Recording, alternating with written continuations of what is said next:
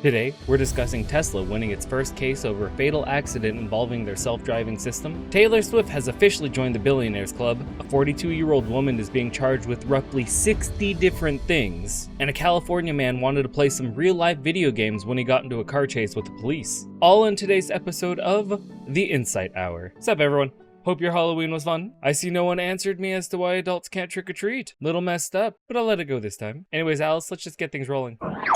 A California jury has ruled that a fatal crash involving a Tesla Model 3 was not caused by a manufacturing defect in the company's autopilot system. The crash resulted in 1 fatality and 2 serious injuries. Tesla argued that the crash was due to human error, and the jury sided with them 9-3. This marks Tesla's first court victory involving a fatal crash with its autopilot system.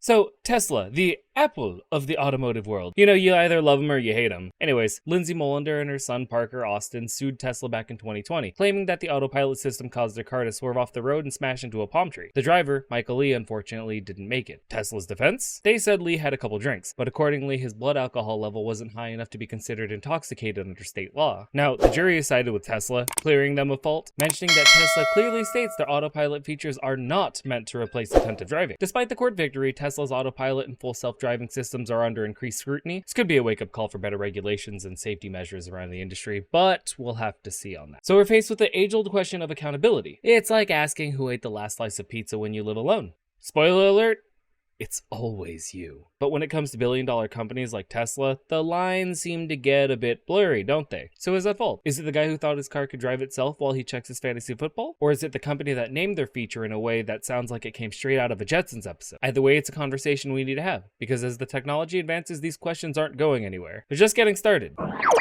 Our next topic for today is a milestone in the music industry. Taylor Swift has officially become a billionaire with a net worth of $1.1 billion, according to a report from Bloomberg. Yeah, we're talking about Taylor again. The only person who can shake it off all the way to the Billionaires Club. Shake it off, I shake it off, I shake it off, I shake it off.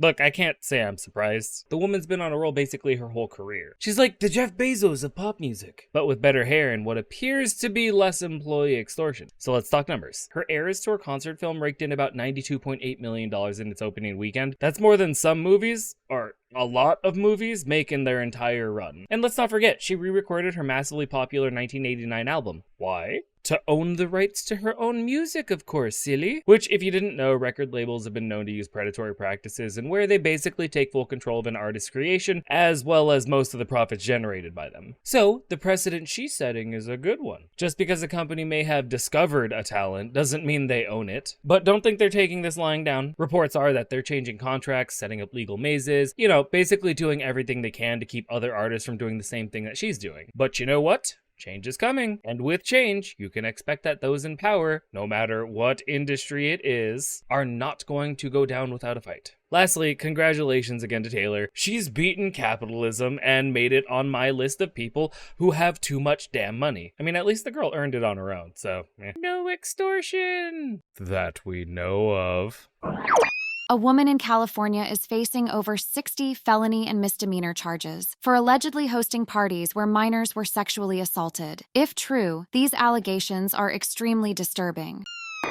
Okay, so the details of this case are pretty disgusting and a little weird. Now, the woman, Shannon Marie O'Connor, is a 47-year-old from Danville, California. She's been indicted on a staggering 63 criminal charges for her alleged role in facilitating the sexual bath assault of teens. Yeah, sorry for the substitute. I'm sort of working on navigating the censors here, and I don't know what triggers it. So, here are some of the key details. O'Connor hosted at least 6 parties in 2020 attended by mostly 14 and 15-year-olds. She deliberately targeted young teens, buying them expensive alcohol like Patron tequila and vodka to get them drunk. Once the girls were extremely intoxicated, O'Connor actively encouraged the boys to take sexual advantage of them in their weakened states. Allegedly, she handed out condoms and would repeatedly push boys into rooms where intoxicated girls were unconscious or nearly unconscious. At one New Year's Eve party, O'Connor allegedly watched and laughed as a drunk teenage boy assaulted a nearly passed out girl right in front of her. And this wasn't an isolated incident. The abuse took place at multiple parties spanning many months, according to the investigators. Pretty depraved behavior. You know, I think there was a movie that came out recently with basically the same plot.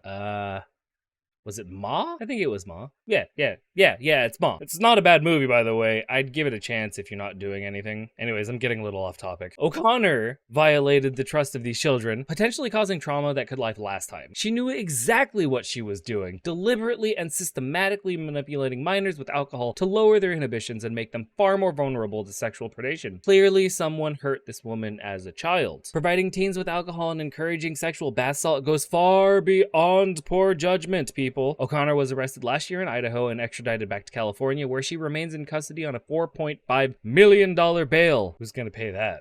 Damn. She now faces 24 felony counts of child endangerment and 12 counts of furnishing alcohol to minors, along with a laundry list of other things. If convicted on all accounts, O'Connor could face decades behind bars. In my view, this sort of underscores the urgent need for parents to be extremely vigilant about who their children are associating with. I mean, not to blame the victims' families or anything, but teenage drinking and assault are already a huge societal problem. So the last thing we need is an adult like O'Connor actively enabling this kind of reckless and abusive criminal behavior. The woman is clearly a predator and a menace to society who deserves to be put away for a very, very, very, very, very, very, very long time if found guilty. And as we follow this case, I think it's critically important that we discuss better ways to protect children from predators like this. Tougher laws, more supervision, more education around issues of consent and healthy relationships might be able to help prevent similar horrors, but I don't have kids, so any parents watching, let me know what your thoughts are.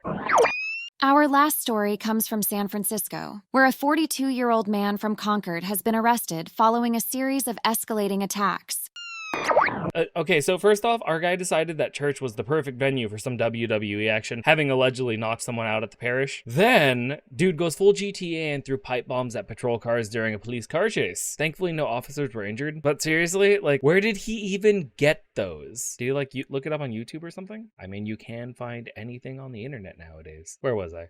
Oh, right. The man has been arrested by California Highway Patrol officers after about a 30-minute pursuit and's been booked on suspicion of attempted murder, unlawful possession of explosive devices, and a few other crimes in there too. All jokes aside, big props to the California Highway Patrol for bringing this action-packed saga to an end with 0 casualties.